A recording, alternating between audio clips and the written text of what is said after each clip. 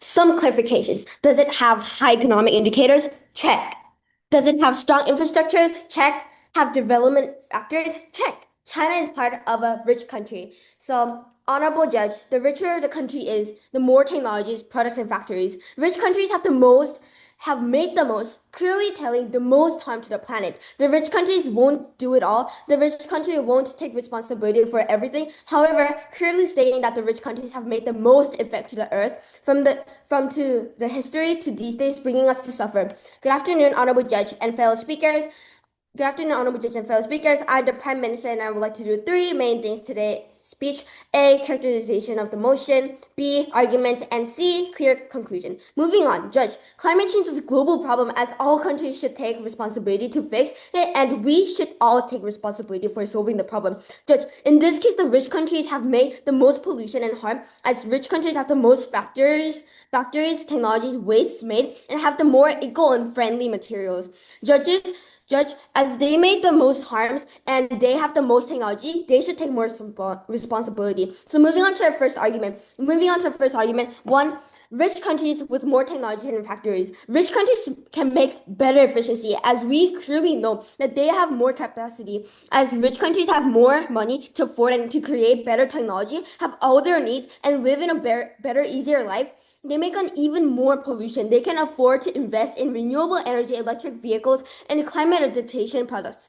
Unlike poorer nations struggling with poverty or infrastructure problems, we have evidence to it. So here's one example. So that developed nations have powerful economies, advanced technologies, and strong governments that can afford to invest in renewable energy and sustainable solutions. So moving on to the second argument, rich countries cause the most problem. Judge, as I explained earlier, rich countries have greater access to resources and more financial means to address this problem, Judge. Judge, we are not saying that the rich countries should take more, all of this responsibility because the rich countries just should take more responsibility because they have more resources and have the most money. But these countries have actually caused the most problems too, Judge. Since the Industrial Revolution, rich countries have emitted most of the world's carbon dioxide while growing their economies. One example to this, Judge. In the industrial revolution, nations like US, the United Kingdom, and Germany have burned massive amounts of coal, oil, and gas to grow their economies. The Global Carbon Project shows that the US has produced approximately 25% of all carbon dioxide emissions, while the European Union accounts for another 22%, and all Africa makes is only 3%, Judge, just with this information given, we can clearly see that the responsibility goes to the richer side with the most money that can use to help and afford, and also having enough money to use for a global issue. So here's another example, Judge, and here's another evidence. According to the International Monetary Fund, the GDP per person in the United States is about $80,000, while Bangladesh is only around $2,800. So actually, to address this global issue, Judge, which causes significant harm to the world, and given the substantial resources, technologies, and financial investments that have exacerbated climate change, there are greater responsibilities for these countries to contribute more and support efforts to mitigate the climate crisis. As I clearly mentioned on my speech, Judge, all the countries should take responsibility. Also, even the developing countries currently develop, even though the developing countries are currently making more pollution. Guess what? China is also part of the rich countries, and China is making one of the most pollutions. Also, rich countries have made a huge amount of pollution from the past till now. They made the most pollution, Judge. And for all of that, for all of these reasons, I'm proud to propose. Thank you. Thank you, Judge. Imagine your house is on fire right now. Someone says the fire truck is coming, maybe in a few hours. Would you just sit there? No. You'd grab a bucket and start fighting. Poor countries face a climate fire today. Children are drowning and starving. Proposition wants them to wait for rich countries to maybe help someday. We say that's dangerous. Poor countries must act now to save themselves. That's why we oppose. I'm the leader of opposition, and today I will do mainly three things in my speech: A, contextualize, B, rebuttals, and C, the arguments. This debate is about survival and action. Should poor countries that are suffering the most from climate change just wait for rich countries to maybe help them? Or should they work hard now on solutions that they can control? The proposition framed this as who caused this and who can afford it, but that's the wrong framing. The real question is who's dying now and what can be done immediately. We agree that rich countries should help with money and technology, but help doesn't mean that poor countries could just sit around and wait. Both must work together just in different ways. Now I'll move on to the rebuttals. The PM said that the rich countries have the money to solve this problem. True, I agree. For expensive technology, for expensive technology, but trees are free. Forests cost nothing to protect. Clean cooking costs a few dollars. Poor countries have billions of people who can plant trees starting tomorrow. We say that poor countries can help with the things that are effective but free. Uh, the prime minister said, secondly, that rich countries cause the most problems historically. Well, we agree with this point, but when your house is burning, you fight the fire even if someone else started it. Poor countries are burning now. They cannot wait for history lessons. Judge, don't you see the urgency to start working? We agree with the proposition that rich countries should do more in some ways. Rich countries should spend more POI, ma'am. money and they could invest in more expensive technology and they POI. should help poor countries financially. But we disagree that this means poor countries should do very little. More should mean rich countries could do with big money, expensive POI, technology, ma'am. and financial help to others, while poor countries can do urgent action now on free solutions, for example, trees or forests, and immediate local work. Both sides are working hard, just differently based on what they can do. Moving on to our first argument, our team's first argument is that we must ask for our own survival. Before explaining Please our first engage argument, POI. I'd like to take your POI. So we were only talking about who can actually afford the most cost and the most effect, ma'am. Because what we actually talked about was the history thing. It's actually moving on to history till now. Oh, I agree with that point. I said that I agree with that point. However, now they are polluting, but your house is burning. I said you're on fire. Your children are starving now. You have to act now. Even if the rich countries are causing the problem, they will help too with the expensive parts. But if you don't act, you will get all the harms that will be caused by the issue. Now, moving on to our first argument, we must ask for our own survival. Poor countries are dying first and worse, so they must fight for their own survival now. Children in Bangladesh are drowning today. Kids in Kenya are starving today. So that is why, under Proposition's plan, Bangladesh watches village flood while waiting for America and Germany and the rich countries. If you're drowning, do you wait for rescue or do you swim? You swim. Poor countries must swim now, plant trees, protect forests, and take action. Argument two, free solutions are available. Poor countries can do powerful things without much money. Trees are free. One tree absorbs carbon for 50 years. If each person plants 10 trees, that's billions absorbing tons of carbon. So that is why, under our plan, billions of trees will be planted tomorrow. Forests will stop being destroyed. Everyone works together, rich with money, poor with free action. Our one planet, everyone works together. Time. Some clarifications before I move on to my rebuttals and our team's last argument. Our first speaker clearly said that rich countries are not going to do everything, they're just doing more. Countries are going to contribute based on capacity. A 3% of USA's wealth and a developing country's 3% is going to be different, but at the end of the day, both countries are still contributing. We're just saying that rich countries will contribute more. Our side believes that equity is more important than equality. Therefore, so proud to propose two things in my speech today. First, rebuttal. Secondly, our team's last argument. So, Judge, the opposition claims that poor countries are the biggest victims of climate change and they should do more. Therefore, they should do more to fix it. What they are saying here, Judge, is that if someone knocks over your glass of water and spills it all over your table, you're now responsible for cleaning it up just because it hit you. That doesn't make sense. Their logic at all doesn't make sense at all. The person who caused the mess in this first place has the responsibility to fix it. In the same way, rich countries who historically emitted most of the greenhouse gases owe it to the world, including poor countries, to act more. Therefore, their claim does not stand. They also claim that the real question is who's dying now, and the poor countries can't wait. They talk about urgency, and Judge, we all agree on that climate change is a very urgent situation here. But at the end of the day, urgency does not equal responsibility. Just because the problem is happening in a developing country does not mean that they have the largest capacity to solve it. Fighting a fire is only effective if you have water. Poor countries may have people, but they lack the technology, resources, and influence to tackle the systematic climate change on a global scale. Rich countries, on the other hand, who cause most of the emission and have the means to act, must take the lead. POI, ma'am. Otherwise, small local efforts by poor countries are like to putting a forest fire with a cup of water. Yes.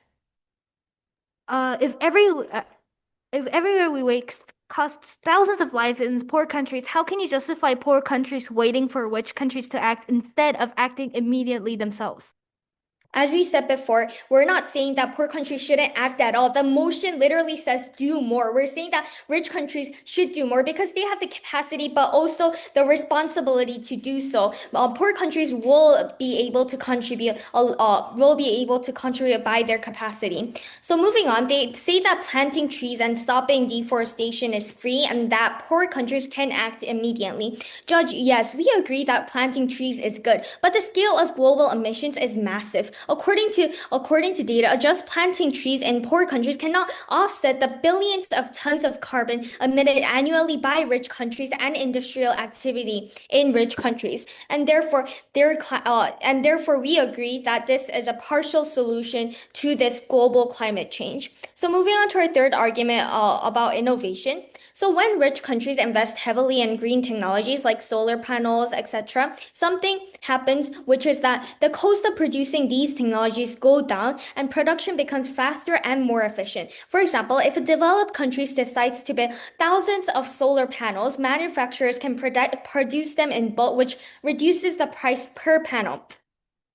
This means that countries with fewer resources, like developing nations, can now afford to buy and use these technologies as well. Without rich countries taking the lead, many poor countries would simply not be able to access these solutions. Mass production would also drive innovation because when companies are producing at a large scale, they find ways to make products better, faster, etc. This benefits everyone, and not just the rich countries investing, but also globally. For instance, improvements in battery technology, etc., made in US or Germany eventually make these products cheaper and easier to use globally. At the end of the day, climate change is a global problem and solutions need to be global too. We agree. Rich countries doing more doesn't just help themselves, it creates tools, technologies, etc., that the rest of the world can use. Therefore, so proud to propose.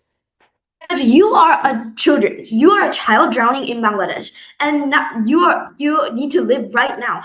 And so the rich countries, for example, the U.S. says to Bangladesh, because I need help with climate change, I will help you, and I will help you save these children. So the U.S. says that the U.S. says that they will support expensive infrastructure and and technology. However, this will not save you. The children, you are dying right now, and you need immediate local action, like flood walls built with local materials, tree planting to absorb water, and community evacuation systems. The rich countries supporting you will probably not help. It'll take years. Infrastructure takes years to design, improve, and build. You are dying now, and local walls using available materials and community organization can start protecting you this month. So first, before I start with our team last argument, I will rebut some things that the DPM had said. So the rich countries, I get that they have made a lot of emissions in the past.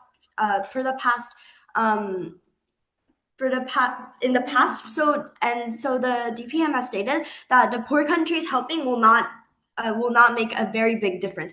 However, the LO said that one of the developing countries, which is China, had said that China is making a lot of emissions and more than some of the rich countries. So we can say that if China stops making a lot of emissions and start helping with climate change, it will make a big change. And also So poor countries trying to stop why? climate change will have effects. And also, the DPM had also said that poor countries don't have enough money for resources and technology, so therefore they cannot make a big difference in climate change. However, that's exactly our point. Poor countries don't need expensive Why? technology, they need free solutions. One tree costs $0 and absorbs carbon for 50 years. Poor countries have billions of people, and if each person plants 10 trees, that's billions of trees. And this is all free. Trees are Why? free.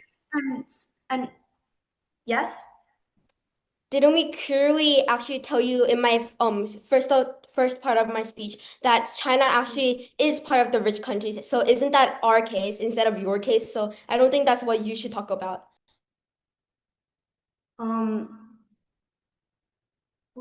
so I'm sorry I couldn't hear you. I'm sorry I couldn't hear your POI. So, and also now I'll move on to our arguments. Our argument is that everyone must work together to save climate change. Rich countries, they have currently rich countries have 50% of the current emissions, and poor countries also have 50% of the current emissions.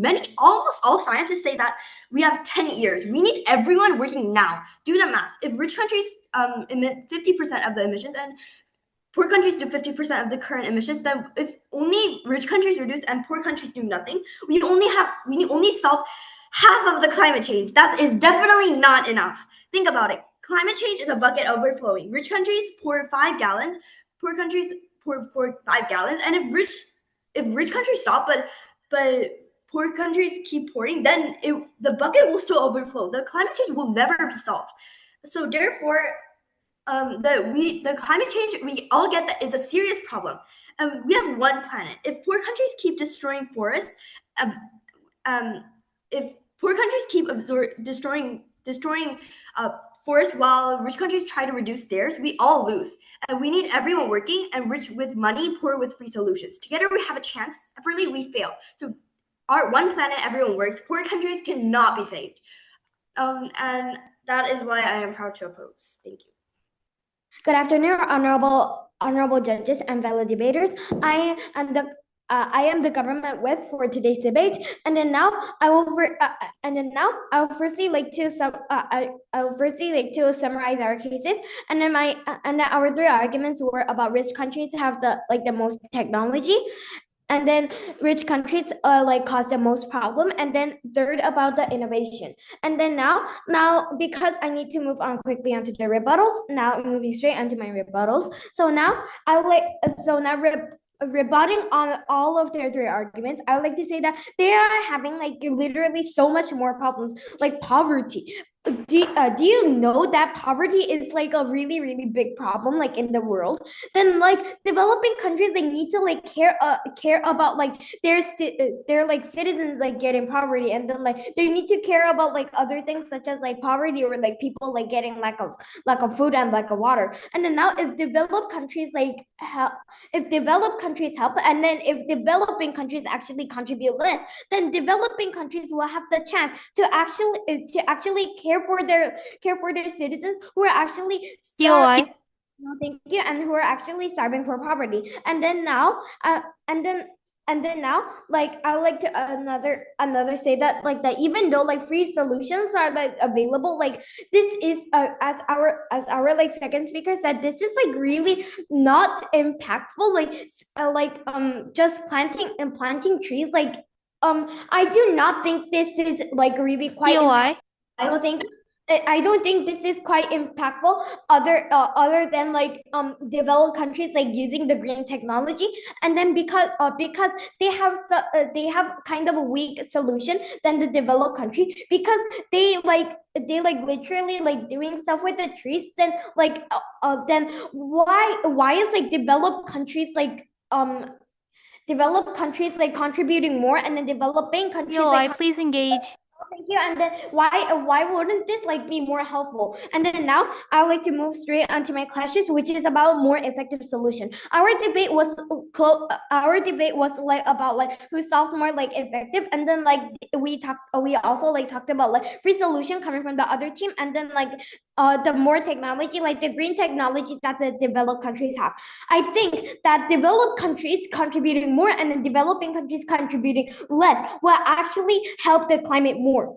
Now, even though the developing countries contribute 40% and then developed countries like contribute like 60%, I think that would be more helpful than like people like contributing like 50 by 50. Now, why do I think like this? So like first of all, I like to say that they are like the only solution that they are like trying to give is that like everyone like working together, and then like they keep on talking about the free solution. But however, why is like the free solution this free solution is not impactful by the but the green technology is much more impactful. Like green technology like 60% and then the trees are like 40%, then wouldn't like the green technology like get like green technology like becoming like using green technology more to solve the climate change, like wouldn't it be like more impactful? And then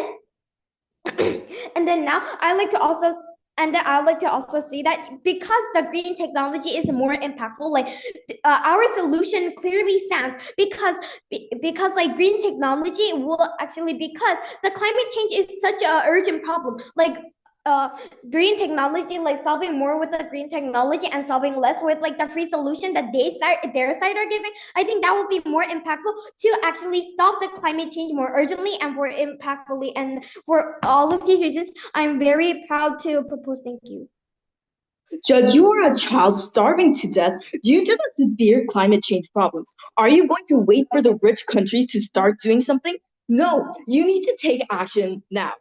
Let me crystallize exactly why the opposition wins this debate. In my speech, I will do two things. Firstly, the rebuttals for the government team, and secondly, the clashes.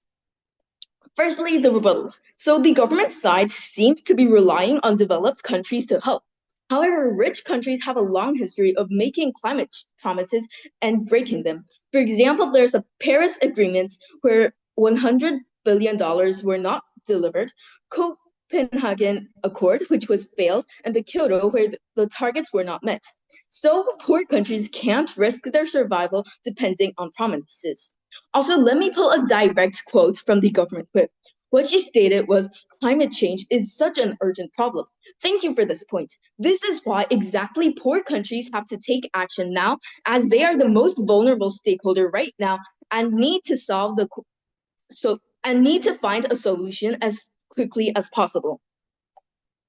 Poor countries control. Before I move on, are there any POIs? Okay, I'd like, assuming that you, yes?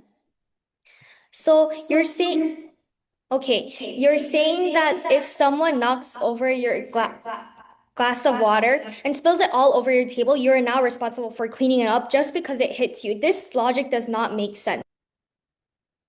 Well, this is completely like unrelatable because this glass of water was purely done by one person. But what does climate change come from? We did it all together. We made all the pollution, so therefore we all have to work together and solve it.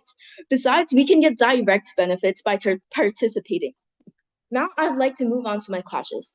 First clash, action now versus wait for help. The opposition's framing is that this is about whether poor countries should act immediately on solutions they can control, like planting trees and stopping deforestation, or wait years for rich countries to maybe help them. The proposition framing. This is about rich countries taking responsibility for the problems they caused while poor countries focus on survival. Reason we win this clash. A, children in poor countries are dying today. Every year spent waiting results to thousands of more deaths. Immediate action on free solution like trees and forests save lives now, while waiting means dying later. When drowning, you swim immediately. You don't wait for the rescue that might never come. Therefore, we win this clash because acting now saves more lives than waiting for help that history shows often doesn't arrive. Trees planted today start absorbing carbon tomorrow. Promises made today might never be fulfilled. Clash 2. Proven broken promises versus immediate controlled action. Opposition framing. Rich countries have a long history of making climate promises and breaking them. Like I said before, the Paris Agreements, the Copenhagen Accord, and the Kyoto. So poor countries can't risk their survival depending on promises. Proposition framing. Rich countries have responsibility to help poor countries and will provide money and technology. The reason we win this clash, hope is not a strategy when children are dying. Rich countries promised $100 billion at Paris, and most wasn't delivered. They've broken promises repeatedly for 30 years, gambling millions of lives on this time. They'll keep their promises is reckless. Acting now on solutions poor countries control, like I said before, trees and forests is reliable because they are promises that are reliable. We win because we don't gamble lives on promises. We act on certainties and poor countries can't control. And what poor countries can't control. After 30 years of broken promises, any new promise that the proposition makes about the rich countries helping is a lie. So for all these reasons, I'm so proud of it. Thank you, judges. This debate asked, should poor countries act now or wait? Let me show why we won. Opposition said act now on free solutions. Proposition said wait for rich countries to help. Well, their approach is that wait and depend on the rich countries' promises. However, for the last 30 years, there was a lot of broken promises, and years before, when children will wait, the rich countries will not help. So children will die waiting for the rich countries to come to their help. Our approach is that we act immediately and control their fate. And please trees planted today will absorb tomorrow. So we have the conclusion that lives are saved now. Also, let me pull a direct quote from the proposition. The government talks about how our side's free tree planting is not impactful by the government whip. But they say that in their world, poor countries would work a little too, but not as much as the rich countries. Then what will the poor countries do in their world? Something impactful from countries that have no money? We believe that each country has to do things based on their capacity. Certain immediate action beats uncertain delayed help. Now I'll tell you the 3 reasons why we won. Firstly, reliability. Proposition depends on rich countries keeping promises. For the last 30 years, in Copenhagen or Kyoto, there has been promises that is broken, like our whip said. The proposition never explains why this time would be different. We don't gamble lives on maybe, we act on certainty. Second reason, math. Scientists need more than 80% reduction to solve this climate change. However, which 50% or 50% will work. However, if their plan only rich countries work, it will be not enough to save the whole world. Proposition never explained why trust promises after 30 years of failures. Why do forests keep being destroyed while waiting? Why is certain action now worse than uncertain help later? They couldn't answer because there are no good answers. One planet, everyone works. Poor countries can't wait to be saved. For these reasons, we proudly oppose and ask for your ballot. Thank you. Honorable Judge, this debate is not about whether we keep promises or if there were any promises. Here we don't have to think hard. The answer is chosen. The government team won. Now let's see what the opposition got, Judge. First of all, they proudly tells us that they're doing a parallel debate. Why? Because they just read off the script without even thinking of a clear rebuttal. Why? Because on our side, we clearly told you that they made the most effect, and even from the past until now. Judge, the opposition side clearly claims that there would be a huge change if China worked on climate change. However, Judge, remember that I explained in my Prime Minister's speech that I clearly mentioned that China is part of the rich countries. This is also clear evidence that they weren't even engaging, just stating their arguments without thinking about what I said. So when I ask a POI and tell and remind her that China is part of the rich countries, they do not react. The opposition replies say that the government team did not explain about how it's going to be different. However, Judge, as you already heard all of our explanations, heard all of our answers, this is chosen. We all explained. However, they did not listen. Now, just trying to win by claiming that we did not explain. However, we clearly explained that it's gonna be different by they have more money, they have more technology, they can afford more money. They actually should take more responsibility as they actually make the most effect, they make the most cost, and they actually worked from the past until now. So clearly stating that. So we are not relying on developing countries too, as we didn't claim any arguments about believing in developing countries. Judge, yes, they may sound proficient. However, is that true? No, they're just claiming their arguments and asking for POIs when they can actually have time for rebuttals, and clearly showing us that they did not engage enough, as shown in the deputy leader of opposition's argument, telling that she did not listen to the PM speech and asking her team members what to say in Korean. I heard all of it. She was asking her team members what to say in Korean when I gave her a POI. She did not listen. That's the reason why she couldn't actually explain to my POI. For all these reasons, I'm proud to propose. Thank you.